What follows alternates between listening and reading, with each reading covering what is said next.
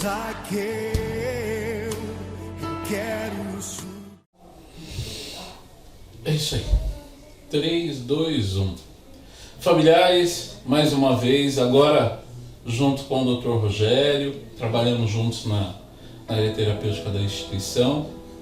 E hoje decidimos bater um papo gostoso aqui para que os familiares tenham um pouco mais de informação. Na verdade, eu tenho aqui que tirar algumas dúvidas com o Dr. Rogério, porque como ele atende as famílias todas as quartas-feiras, e eu acho que a demanda dele de escuta quanto à ansiedade do familiar talvez seja diferente do que eu escuto aqui de alguns meninos.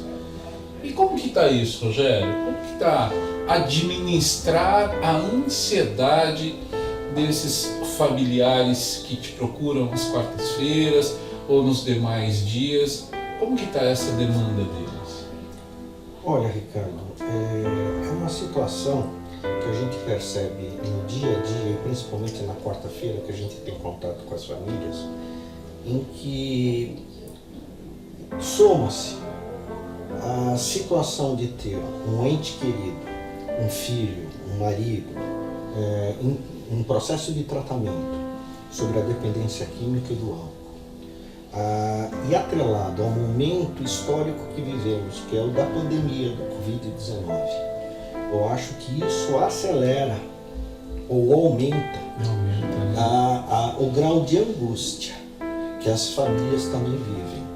Então, quando elas entram em contato, elas sempre têm um grau de expectativa muito grande de como está a saúde do residente, se ele está lidando bem com o fato de ter restrições, de não ter visita, não poder ter ressocializações, e uma preocupação de como ele está usando o tempo livre aqui dentro, no sentido de ele está usando para o lado produtivo, ou seja, ele está tentando fazer algum tipo de planejamento para quando chegar a hora dele sair. Então a gente percebe que a família tem muito esse tipo de preocupação, mesmo a gente estando nesse momento da pandemia, que dificulta tudo, o processo de reinserção social, reinserção no mercado de trabalho, mas a própria família ela traz essa angústia dele usar esse tempo aqui também para que ele de alguma forma trace um caminho, um projeto com ideias. Claro que as possibilidades ficam limitadas por esse momento. Exatamente. Mas se a gente for ver uma coisa, Ricardo, o que é a angústia? O que é a ansiedade? Na verdade é um processo de um excesso de preocupação. Esse momento histórico que o mundo vive, né, faz com que todos nós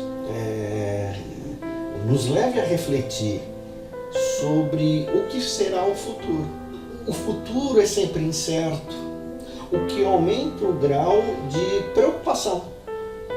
Tanto da família quanto deles. Sem dúvida. Sem contar que no meio dessa preocupação com a pandemia existe a preocupação maior, que é a dependência a qual estava instalada.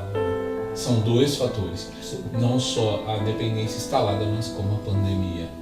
Então, e aí como que fica esse retorno, essa volta?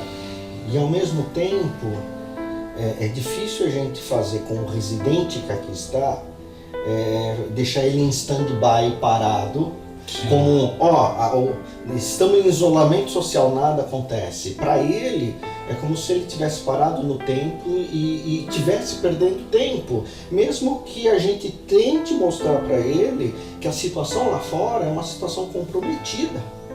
Mas ele residente acaba tendo a percepção de que o estar aqui sem ter perspectiva de sair, sem ter ressocialização, muitas vezes com as visitas limitadas ou controladas, e que não há assim um caminho, apesar dele tentar fazer um projeto de vida, fica tudo muito truncado.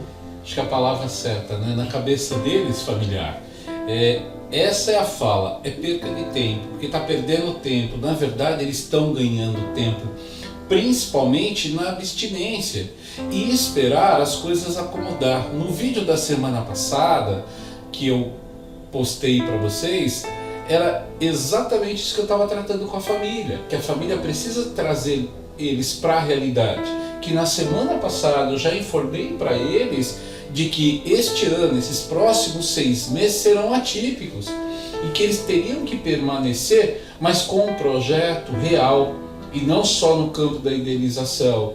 O que eu vou fazer? Tá, tenho que ficar, as escolas só abrem em setembro, os meus pais não querem ir em casa, como que eu vou lidar com isso? Ou meu irmão, ou minha esposa? Como que eu vou investir esse tempo para que ele não seja um tempo perdido? E é isso que eu venho tentando motivar aqui a família, para que na ligação, não só para o Rogério, mas com o teu residente, que você motive ele a esse curso e a essa permanência. Então, eu acredito que o caminho seja o diálogo, Ricardo. O diálogo de quem? Da família com o seu ente querido que está em tratamento. Mas um diálogo sem manipulação de ambas as partes. Sim. Um diálogo realista. Verdadeiro. Né? Verdadeiro, exatamente.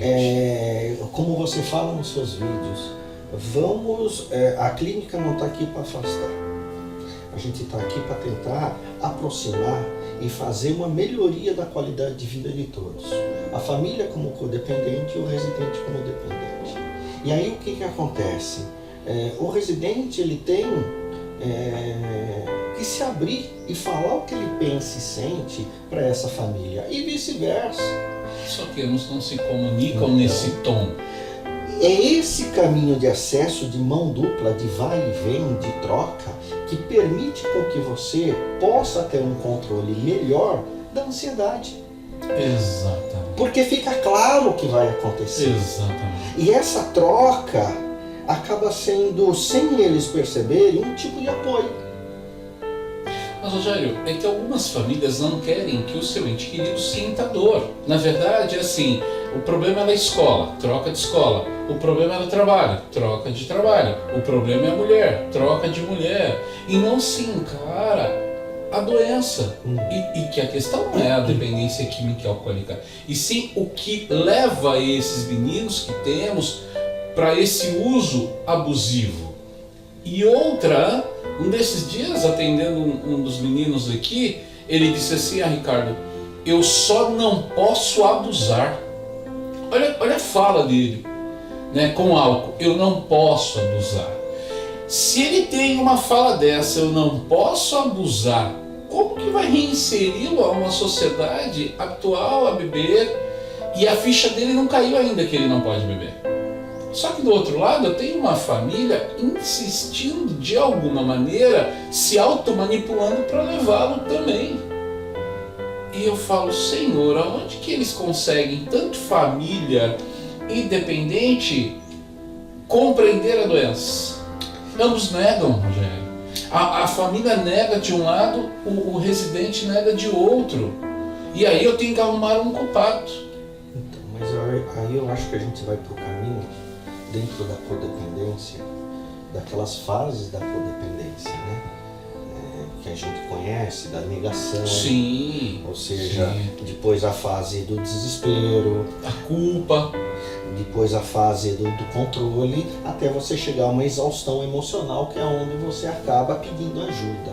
Só que, se a gente puder fazer uma comparação, essas fases da codependência, elas meio que se articulam com o modo de ser dessa relação do dependente químico e da família. Por quê? Muitas vezes, esse exemplo que você trouxe, a gente pode ver uma família que está no modo de ser, ou de se relacionar, ou de ter uma dinâmica familiar com esse ente querido, esse residente em processo de tratamento, sim, de recuperação, em que, por mais que se trate algumas questões da codependência, ela é muito forte. É igual você quando traz que você é adepto de 1 ano, 12 meses, sim, período mínimo de tratamento. A família não é diferente. Quer dizer, não é indo a algumas reuniões ou recebendo algumas orientações que vai fazer com que essa dinâmica, esse modo de ser da família se transforme, se modifique ao ponto da doença, da codependência junto com a dependência, não se aflore do jeito que você trouxe nesse exemplo. O pior é quando eu escuto de alguma família: mas eu frequentei Amor Exigente 5, 10 anos, hoje eu não frequento mais porque não deu certo. Eu arrumei o culpado, foi o Amor Exigente, não fui eu que não apliquei o que o Al-Anon, o Amor Exigente, me ensinou a aplicar. Eu não aplico, e aí de novo eu arrumo outro culpado. Os exemplos, aquilo que é colocado nas salas é para ser cumprido. Assim como a gente exige aqui do filho que ele exija ou pede para os meninos entregarem a vida deles a um poder superior, a que eles entreguem a vida dele à instituição, para que a instituição possa conduzi-lo, assim pai e mãe também deveria fazer e falar: olha, vamos fazer do jeito de vocês. Porém, nós vamos estar nessa juntos, nós vamos comunicar juntos. Os exemplos que a gente tem, né, Rogério, de meninos que hoje se encontram bem, e poderia dizer o nome de dezenas, foi quando a família esteve ao nosso lado, alinhado à instituição com a família. O resultado foi sempre muito bom. Deus chamar aqui algumas famílias e elas se posicionarem diante do menino. Eu tenho exemplos de meninos que no momento de crise a mãe veio aqui com o pai e falou: eu sou seu pai, eu sou sua mãe, você vai ficar o tempo que for necessário. Você não vai fugir daqui, você não vai morar com a tua avó, você vai ficar o tempo que for necessário. Porque é importante no processo de recuperação do dependente químico e alcoólico a questão da disciplina. Disciplina, que também os pais têm que ter. E eles posicionar o filho diante disso é uma coisa. Outra coisa é o Ricardo dizer que tem que ficar, é o Rogério dizer que tem que ficar. Outra coisa é a família. É porque tanto a família e principalmente o dependente químico e alcoólico não percebem que quando a gente fala de tratamento, não é o período de contrato. O tratamento é a vida toda. E eles só entendem o período de contrato. Né?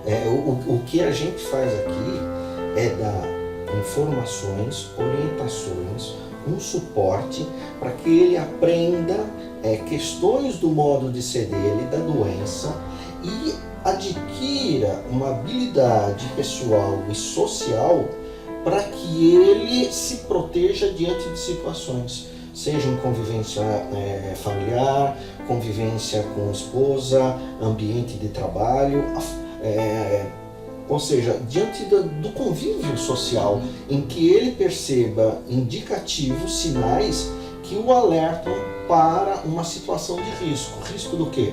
De uma recaída. Rogério, é correto dizer que as famílias que se omitem a esse tipo de confronto estão fadados ao tratamento dar errado? Na maioria dos casos? Sim, sim. Por quê? Vou fazer uma comparação. Muitas vezes nós em equipe discutindo um caso, a gente fala: determinado residente, ele não está aplicando, ou não entendeu, ou ele não está colocando como parte integrante de si um determinado passo, seja ele qual for. É a mesma coisa a família, que de certa forma até busca uma ajuda de um grupo de apoio à família aí fora, na sociedade, mas do mesmo jeito que a gente identifica que o residente não aplica o terceiro, o quarto, o sexto, o sétimo passo são falhos nele, por exemplo, a família dentro do próprio amor exigente, dos 12 princípios do amor exigente, ela pode estar bem em alguns ou tentar aplicar alguns, mas isso não quer dizer que ela acerte em todos. Por isso que também essa sua fala de: olha, eu faço amor exigente, mas não basta fazer. É a mesma coisa, eu estou internado, mas não basta estar internado. Não está praticando. Ou seja, às vezes, dos 12 princípios, você tenta aplicar 4. Evidentemente, quanto menos princípios do amor exigente você aplica, você está menos fortalecido, você e família. E o risco e a possibilidade de não dar um resultado muito bom aumenta. O problema é que quando esse resultado não é satisfatório, é onde vai acontecer. É uma cadeia, é um surto psicótico, é tudo muito arriscado. Fico muito incomodado, Rogério, quando o familiar, Ricardo, eu vou dar uma chance. Eu não acredito em chance, eu acredito que ele, pela primeira vez, ele tem que começar algo e terminar. Começar um tratamento e terminar. Porém, nas fases corretas, tudo a seu tempo, com menos ansiedade. E aí voltamos ao nosso início da nossa conversa. É a ansiedade deles, é o pensamento acelerado, né? Estão aqui, às vezes alguns aqui na reunião, a gente percebe que só está o corpo. A mente dele não está, só está o corpo. Ele contando os dias para ir embora,